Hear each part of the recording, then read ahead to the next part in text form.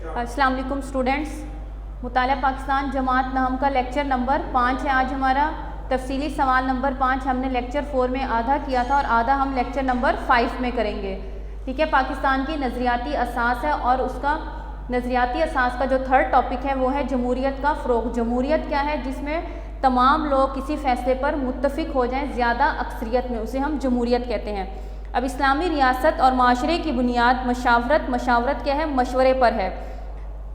इस्लामी माशरे में जमहूरियत को फ़रोग़ हासिल होता है और अवाम के हकूक़ का ख़याल रखा जाता है। इन्हें मसावी दर्जा, बराबर दर्जा मिलता है और कानून के दायरे में अंदर रहकर ज़िंदगी गुजारते हैं। कवानीन इन्हें तहफ़्फ़ुज़ मुहैया करते हैं और कानून की नज़म में सब बराबर होते हैं। कोई भी लोग जो हैं वो रंग, नस्ल, ज़ात पात या ज़बान की बुनियाद पर कोई फ़र्क नहीं रखा जाता।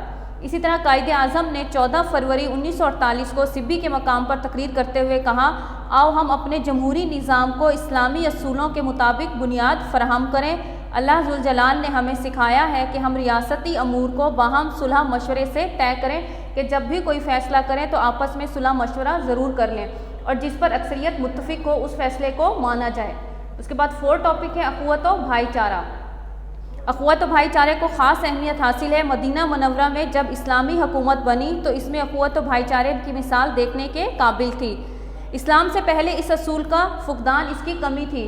भाई भाई एक दूसरे के दुश्मन थे, लेकिन जब इस्लाम आया तो उसने एक दूसरे की जान के दुश्मन थे। लेकिन मदीना की रियासत के वजूद से हज़ूर अकरम सल्लल्लाहु अलैहि वसल्लम ने हकूक़ुल इबाद पर ज़ोर देते हुए यतीमों और बेवाओं को तलकीन की कि इनका ख्याल रखा जाए। आपने लोगों को एक ज़ाब्ता हयात ज़िंदगी गुजारने का तरीका बताया और आपस में मोहब्बत से रह सकें और माशरे में भाईचारे की फ़िज़ा कायम की। अब अख़ुवत हमें इस बात का दर्स देती है कि आपस में बरादराना ताल्लुकात इस्तवार करें, कायम करें, किसी के भी हकूक़ सल्ब ना आए और ना ही कमज़ोर पर जुल्म किया जाए। हज़ूर अकरम सल्लल्लाहु अलैहि वसल्लम ने इरशाद फरमाया कि मुसलमान का भाई है, वो इससे ख़यानत ना करे और आपने कीन और हसद से बाज रहने का दर्स दिया। इसलिए मुसलमानों को चाहिए कि इत्तफाक से रहें और एक दूसरे की मदद करें। इसका लास्ट टॉपिक है हमारा शहरियों के हकूक़ व फ़राइज़। जब पाकिस्तान का क़याम अमल में लाया गया तो एक तरफ शहरियों के हकूक़ और तहफ़्फ़ुज़ात की अहमियत तस्लीम की गई तो दूसरी तरफ फ़राइज़ पर भी ज़ोर दिया गया।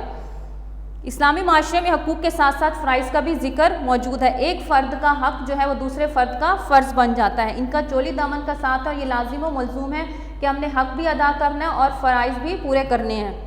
इस्लामी रियासत को हकूक़ व फ़राइज़ का बाहमी तवाज़ुन एक कामयाब रियासत बना देता है और पाकिस्तान में अक़लियतों को तहफ़्फ़ुज़ देने की सोच भी पस मंज़र में शामिल थी। कायदे आज़म ने वाज़िया कर दिया कि पाकिस्तान में अक़लियतों के हकूक़ का पूरा ख़याल रखा जाएगा और इस्लाम किसी सूरत भी इजाज़त नहीं देता कि अक़लियतों के जान, माल, इज़्ज़त और मजहबी रवायात का तहफ़्फ़ुज़ ना किया जाए।